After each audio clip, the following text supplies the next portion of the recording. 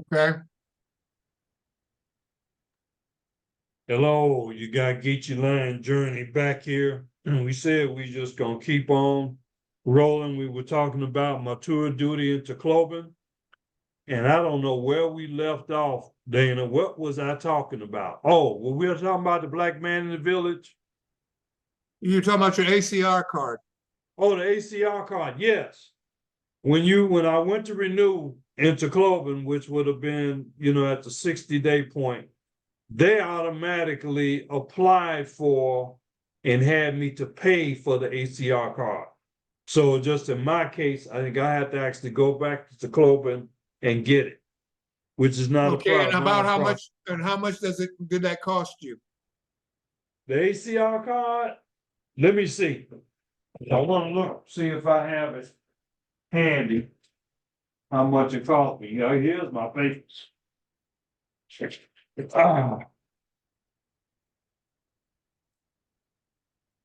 My ACR iCard fee. Huh. It looks like it's about 3,000 pesos. That's what it says, 2,800 pesos. Because I paid a total of 6,600 pesos, and this is for a 2-month extension. So I'm extended until mid-January. But no, the ACR card itself was 1,000 pesos. I had a head tax, 250, monthly extension, 300, immigration clearance certificate, 700, monthly extension fee, 1,000, certificate fee, 500, ACR card fee. So I don't know what that means, card fee. That was the Okay, but what is the total? The total I paid was 66.28. That's for 2 months. Extension of 2 months. That's your visa extension and your ACR? Yeah, ACR is included here. So okay. I'm going to tell you what it says right here. You can pick up your ACR card after 1 month. So in other words, I wouldn't even be able to go back and get it until a month after. I left. Right. When did I do that? That was like the first week of November. So probably mid-December, I could actually go back and pick it up. But I'm not in a rush to do that. I'll probably do that in January. Well, altogether, that comes out to $120.51 in US dollars. Okay. But it's right here. Pick up your ACR card after 1 month. And it gives me a number to call. It gives me a landline and a number to call them to check if your iCard is already at the office. Right. So that's how that works. And that office is on the hill in Tacloban. Okay.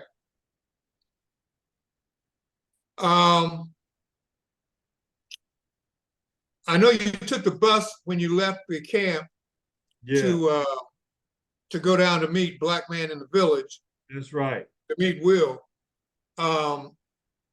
So what would you say is the degree of difficulty as far as moving around in Tacloban compared to, well, we can't say Elo because you were being taken around by Christian there. Yeah. But let's say as compared to Cebu. I'll say it's easy. I mean, you got the money. There's plenty of cabs running. Usually you can easily find a actual public transportation, taxi, trike, anywhere you want to go. So transportation, you finding it is not the issue. The issue is you being able to communicate to that driver where you trying to get to. That's the challenge.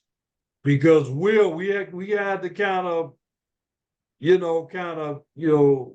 had a little exchange with the trike driver, and actually Will graciously paid for my trike ride to go back to the other Robinson so I could catch the public transportation to go back to the camp. but we kind of had to tell them, hey, we want you to go to the other Robinsons. So actually, I actually had my Google Maps out to try to tell them, hey, you need to turn here, whatever. And then, we got there pretty much without incident. But that's the thing.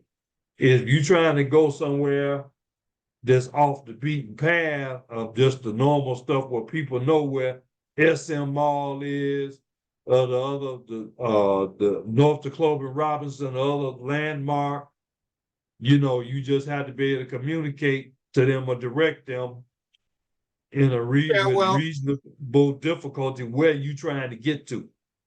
Just like if you were going to New York City and you catch a cab and you say, hey, I want to go to the Empire State Building, that's easy. But if you tell them you want to go south of Houston, then it's like, okay, where is south of Houston? Yeah. Where are you trying to go? You're going to the financial district, you're going to the university, Columbia University. I mean, where are you going? So I mean, it's the same basic experience. Right. Pretty much wherever you go. Yeah, I think in some of these cases, though, some of these doggone drivers, I mean, they ought to know. Everybody ought to know where Robinson is. Stuff like that. How many Robinsons is it going to be? You know what I'm saying? Two, right, two. So you pick me up at the one Robinson, so we said, take him to the other Robinson. Yeah. How hard is that? Yeah, that's true. Okay, let me ask you. Thanks, Will, again. Will was a very gracious host. I mean, I enjoyed my time with him. So I'm looking forward to actually seeing him. Will's a good guy. Yeah, he is. Will's one of my favorite people to communicate with when I can catch up with him. Yeah, but I got him. I just kept following him on his YouTube and left comments. Yeah. And so, hey, I'm in Tacloban. He finally, I got his phone number now. So I mean. Well, let me ask. Let's talk about something here. It is only normal for any traveler going to another country, another state, another city, to have apprehensions about a certain aspect of their trip. Yeah. So my question to you is, going to the Philippines, what aspect of your trip gave you the most amount of concern? And once you got there, you figured out it wasn't nearly as difficult as you thought it might be? I think, number one, on its face, the communication with the language differences. In some cases, I found that English comprehension and communication was pretty good, especially in Cebu, Iloilo. It seemed like it'd be, and even in Tacloban, but it seemed like it was to a little lesser degree in Tacloban, and certainly I can tell you in Davao, it seems like even it's a little bit less. We can get into that. But that was the thing. But did it turn out to be, a real major deal? No, because I told you, I actually went on foot into some of these places in what I call the remote place, the sticks, the mean streets, if you will. And people there knew how to communicate well enough in English with me where, like I said, I felt comfortable, being able to communicate on that level. Well, I think one of the things for our viewers, specifically about the Philippines, that they need to understand is, first of all, English is the second language there. And consequently, they start teaching English in kindergarten in the Philippines. Now, the degree of acceptance, the degree of understanding English depends on where you are because of the opportunity to use English. That's right. There are places like Tacloban, for example, there's not a lot of expats, for example, in Tacloban. So they Right. don't really need to master English. Mhm. However, when you're in places like Iloilo, Cebu, Lapu-Lapu, Manila, Angeles City, Davao, where there's more expats, there is more of a necessity to get a better handle on English. Correct. Yes. So I mean, that's the thing off the top of my head. Because Oh, of but I what. do want to, but I do want to point out that once again, one thing you'll never have to worry about, unless you happen to be in a Korean area in a city in the Philippines, Mhm. all the signage is in English. Yeah, just about all the signage is in English. Yes, it is. That's right. That's Yep. correct. So From I your can't. from your street signs Yeah, to your um, names of stores, the menus. restaurants, menus, it's all in English. Yes, it is. It most certainly is, and they use it. I can tell you that. But okay, I talked about the language barrier. Just off the top of your head, what would you think would be another point of apprehension, if you will, to a traveler coming here? As you pose the questions to me, I mean, I answered it, For but me, what else would you think of that might pop up? navigation, because we're talking about 7,636, although some people are saying 7,641 islands. So it's quite easy to, they're not grid-like, okay? Right. The Americans, we take for granted how grid-like our streets are laid out. Yeah. There, um, it's quite easy to get a little disoriented as to what is north, what Yeah. is south, what is east, and what is west. Because on those islands are not that uniformly laid out. Yeah. So um, that that is an apprehension that if you just remember to use your phone, okay, and use the compass setting on your phone, you should be fine because it's always going to show the arrow's always going to show north, but you're Yeah. always going to notice that they're at an angle, and that helps you with your orientation on these islands. Yeah. That was one of my apprehensions, and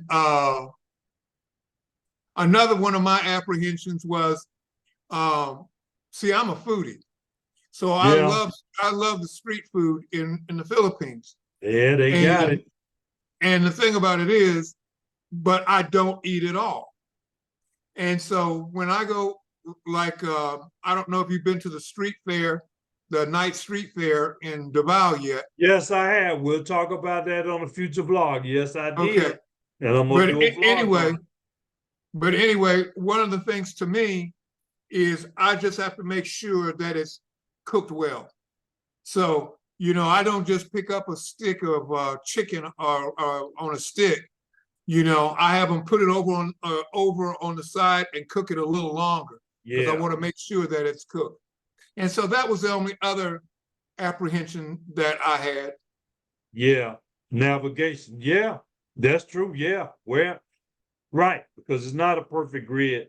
And I actually went out a couple times yesterday morning, actually, in Davao. I just got up and I started walking just so I can kind of get a feel for where things are Yeah. and just to try to get a feel for north, south, and the relative position of the streets vis-a-vis other streets and where I'm at, where I am, and all where the hotel is, where the mall is, stuff like that. Yeah, navigation is certainly an issue.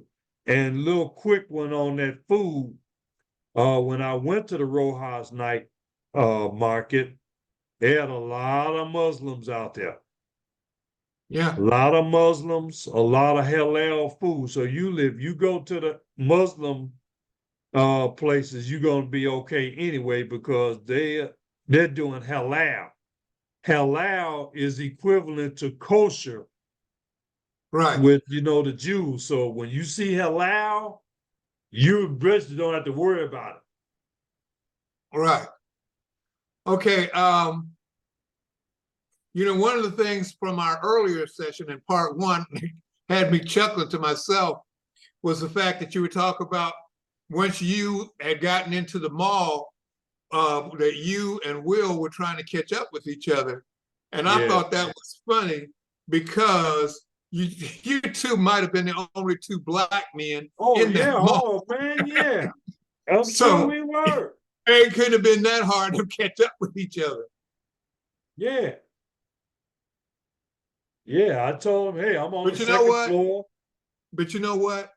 I say that, and I'm saying that in jest, and I hope that our viewers please understand that, because it's your color doesn't matter in the Philippines. Okay, No. it really doesn't matter.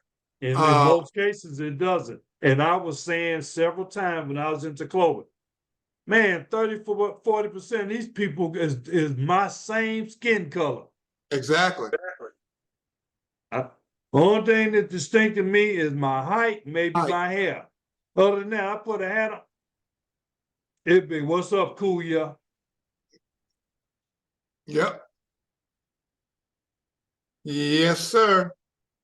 Um. Yeah, now Yeah, that's something to talk. we talked Yeah, about it raining. yeah, Um. What do you have? Well, I can't remember because I was sending you the forecast every day, yeah. but I don't remember sending you a forecast where it was above 86 degrees. Well, I think in a couple of cases that temperature was up there over that.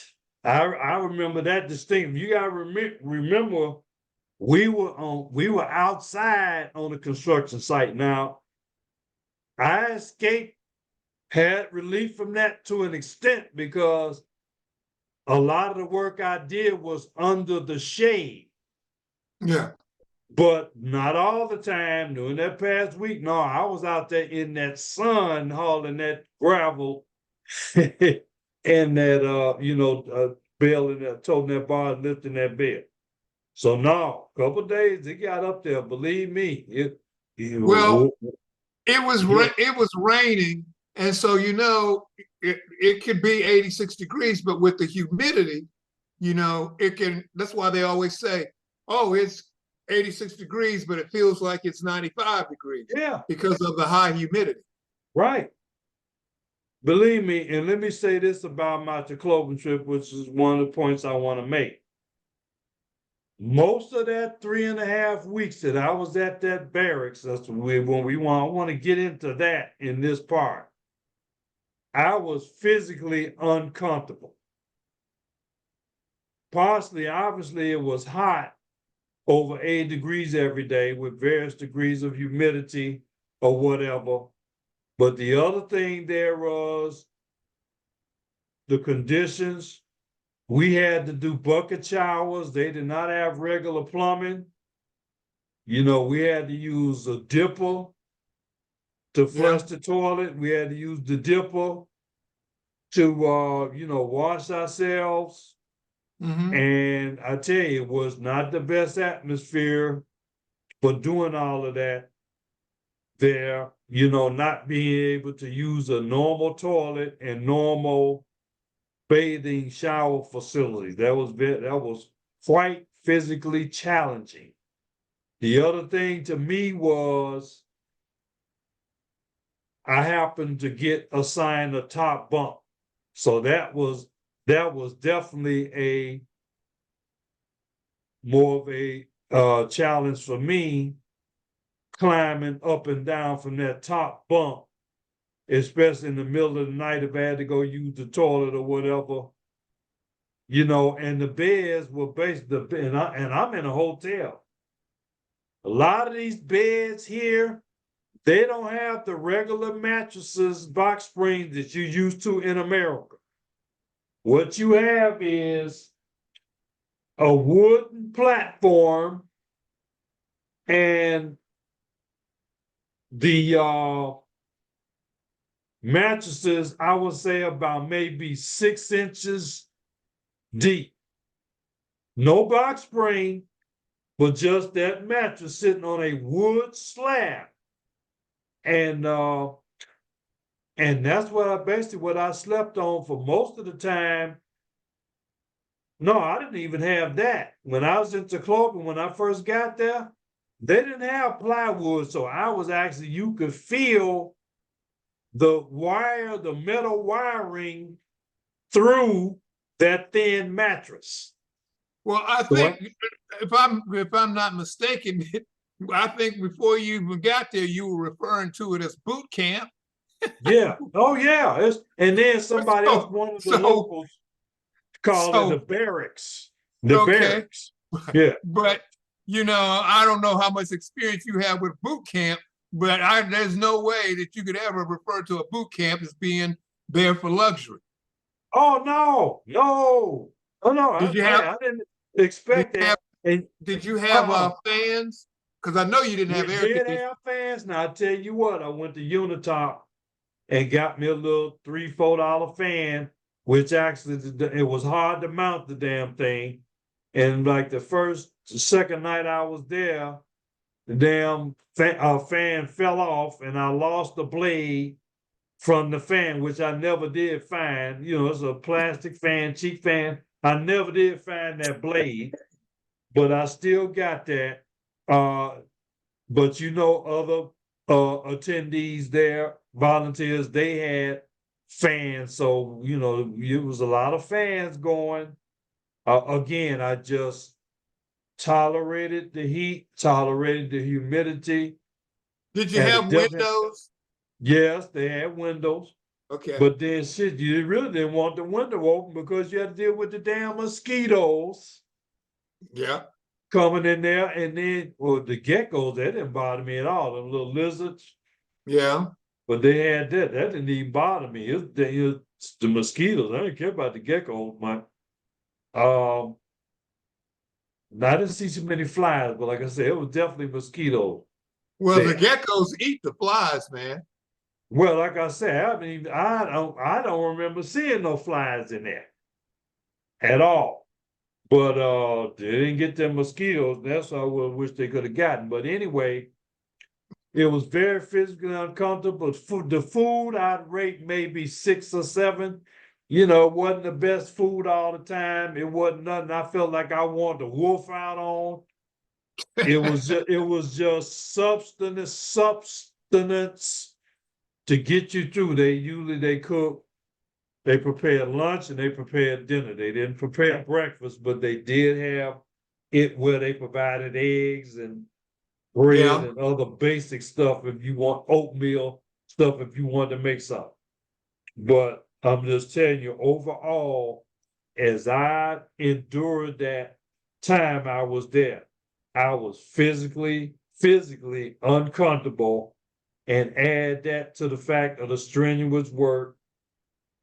And then, the food factor and, dealing with the bathing, dealing with the toilet, and we had to, fortunately for us, maybe 3 blocks away, there was a laundromat. So I think at least once a week, we were able to take our clothes down to the laundromat and have our clothes laundered because there was no washing of clothes on the base. We had to go walk to I call it the plaza. I call it the 7-Eleven plaza because the 7-Eleven was their convenience store. Yeah. And I think they had animal food, stuff that agricultural farmers would use. Right. They had a little chicken place called Crispy King, where basically nothing but fried chicken. The laundry mat that you can, leave your clothes, wash, dry, and fold. And they had another little not coffee shop, but small independent storefront restaurant called Silog or something. Well, I'm going to have to get you to admit that you volunteered for that. I didn't book that for you. Sure, no, you didn't book it. No. So that portion, I absolve Dana Middleton of any blame for that. I booked that, so that was all on me. But and the other thing, and I'm gonna throw this in there, okay, who don't like it. Overall, I enjoyed the experience I had volunteering in Mexico way better than I did here in the Philippines. I'm saying within the volunteer community itself. The locals was another thing altogether, and I'll talk about that. But I didn't really connect too well with this group of volunteers here. Obviously, I was much older than a lot of them because most of them were in their 20s and 30s. And, I'm 64, Right. so it might have been that factor. I was the only Black American there. That may be another thing. I didn't hit it off too well with this group, and even to this day. Now, there was, when I first got there was and I'm gonna call this a beautiful young Filipina there. She's about 43, 44 years old. Now, I mean, I basically was drawn to her. I just didn't let her out of my sight. Because I mean, her name is Annabelle. They just call her Ma Belle. But she had to be just the sweetest person. And I mean, she just blew me away how she treated me, how she responded to me, was concerned about my comfort, and, just all, I mean, almost, and it wasn't no romantic, nothing at all. This was just part of her like natural self. And I'm like, I was almost in disbelief. I cannot remember the last time I felt cared for the way that's this one of the Filipina reasons. cared for me. And never That's met one of me, the don't know reasons me from Adam. That's one of the reasons that the Philippines' #1 export is overseas workers, cruise ships, dental offices, nurses, doctors, because it's in their nature to care for people. Yeah. So go ahead. I'm telling you, it was an extreme impact. I mean, I was actually blown away. As I was just sitting there in her presence, experiencing this, I'm like, wow. I mean, this woman almost treat me like she's in love with me. I mean, it's just me saying this off the top of my head. And y'all, Dana had to go. I'm here. But I just had to say that. And I think I told her that at the time. I was blown away by it. I mean, the feeling that I had in the presence of this woman is the feeling that I want to have when I find my Filipino life partner over here. But and this is just. Well, let me just tell you. It's not a non sequitur. It is relatable to my experience in the Philippines. Well, let me just say the way this. I've been treated just in general by Filipinas, not even in a romantic relationship. We ain't even talking about I was dating them or nothing. Just that's the way they are. That's their nature. And yeah. So I had to say that. But it was all right. What kept me going somewhat steadily is I'm doing this for the people of Tacloban. I'm doing this for the children. I'm doing this for St. Francis Village. I'm doing this for the Philippines that I love, the people in my new home. A lot of them my same skin color. Hey, so listen, we got just a few seconds. With. We just got a few seconds left. So we got about 9 minutes. Because you said you was gonna only do 30 minutes, but you know we got 40. So if you able to stay on, we got more time. Well, I'm looking at the timer, and that's All why I right, said forget the that. time. I'm telling you, I set it for 30 minutes instead of 40 because I thought we were just gonna do 30. But Yeah, let me well, go ahead. and Let we're me go absolutely ahead. right. Right. Let me go So, ahead and deal with this last 9 minutes. okay.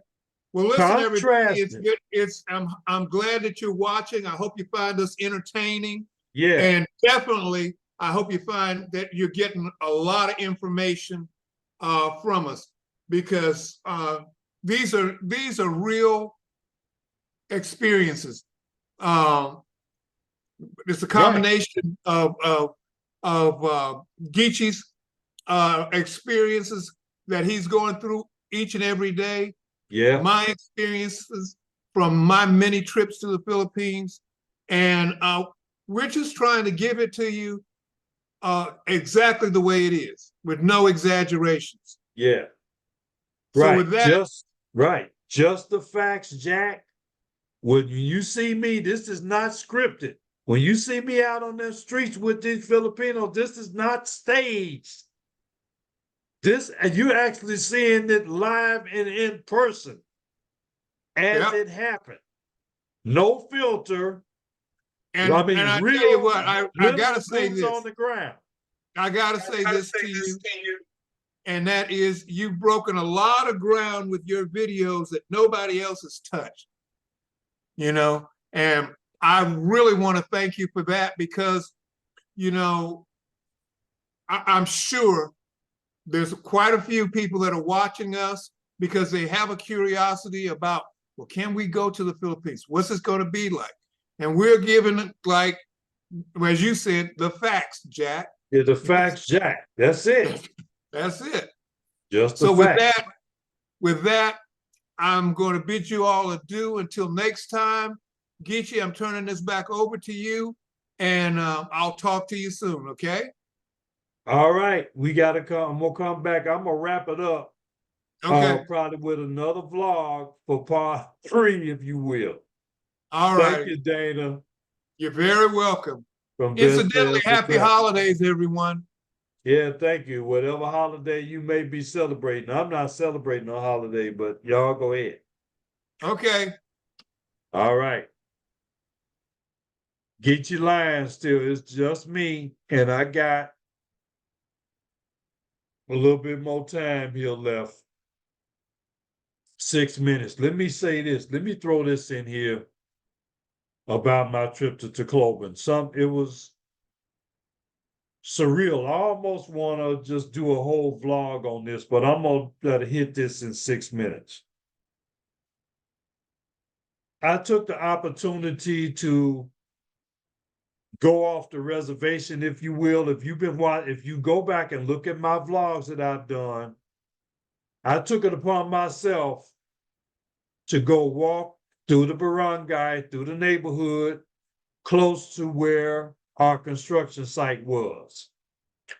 And because I did that, I had some experiences that I would not have had if I didn't have the initiative to get off my butt and say, let me go out here and explore and see for myself how some of these Filipinos are living.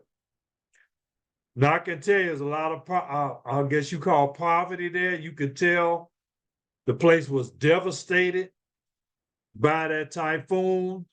The government had the Filipinos there in government housing in terrible, bad disrepair, torn roofs, basically concrete slab floors, concrete walls, very stark, I almost want to say prison-like conditions that I saw a lot of these Filipinos, their housing, was very, by American standards, serious substandard.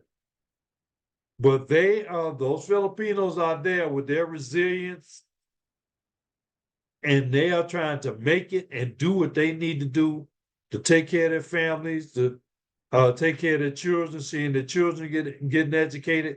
I talked about that I covered that. So those subjects somewhat in some other vlogs that I did there. But I tell you, the Filipinos there on the ground are having a very hard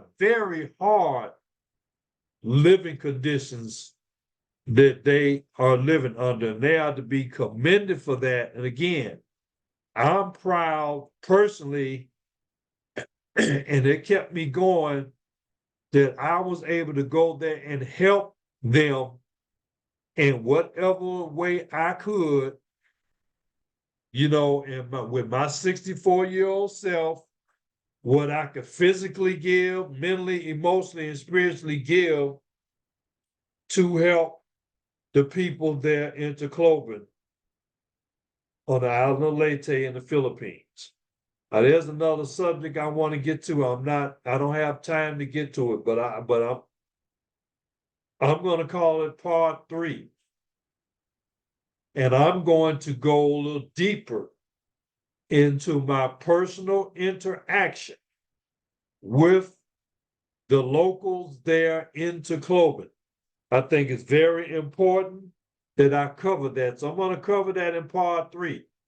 So again, on behalf of Dana Milton with Best for Travel, and you all want to contact him, you know how to contact me. I can connect you with him. Get Your Line Journey, we like, share, and subscribe to this. I think I got like 480 subscribers. Actually, I should easily have 500 right now. And I'm gonna say this, I don't care if they don't like it. I was telling you how I really didn't connect that well with these people at, the volunteer camp. It was at least 20 to 40 other volunteers there. When they found out that I was a YouTube vlogger, every one of them should have, just out of a matter of courtesy and respect, they should have subscribed to my channel. But I can tell you this right now, if I go back and look, I don't think I can name you 3 people that subscribe to my YouTube channel. And I think that's a damn shame. Now, I think it's a damn shame because they knew that I was going to be sharing vlogs, highlighting and promoting that volunteer program, highlighting All Hands and Hearts, highlighting the locals there, because I interviewed 2 school principals there, and they knew it. This was known and publicized. But they subscribe to my YouTube channel. So I got a little, but that's okay. I don't care. I'm not something that I can speak favorably about my relationship with them. Again, I should easily have 500 subscribers just if the people in that organization subscribe. Anyway, thank you. I hope you're subscribing, not just watching. I don't know if you're here to watch the train wreck or watch me be set on fire, or whether you all actually support me and getting some out of this channel for yourself and you want to be supportive. I thank you all if you're doing that. This is Anwar Kente for Get Your Line Journey. I'm coming back with part 3 of my tour of duty in Tacloban. And part 3 is going to be something, y'all. I got to get into it. Thank you for listening. I greet you in peace. Peace be unto you.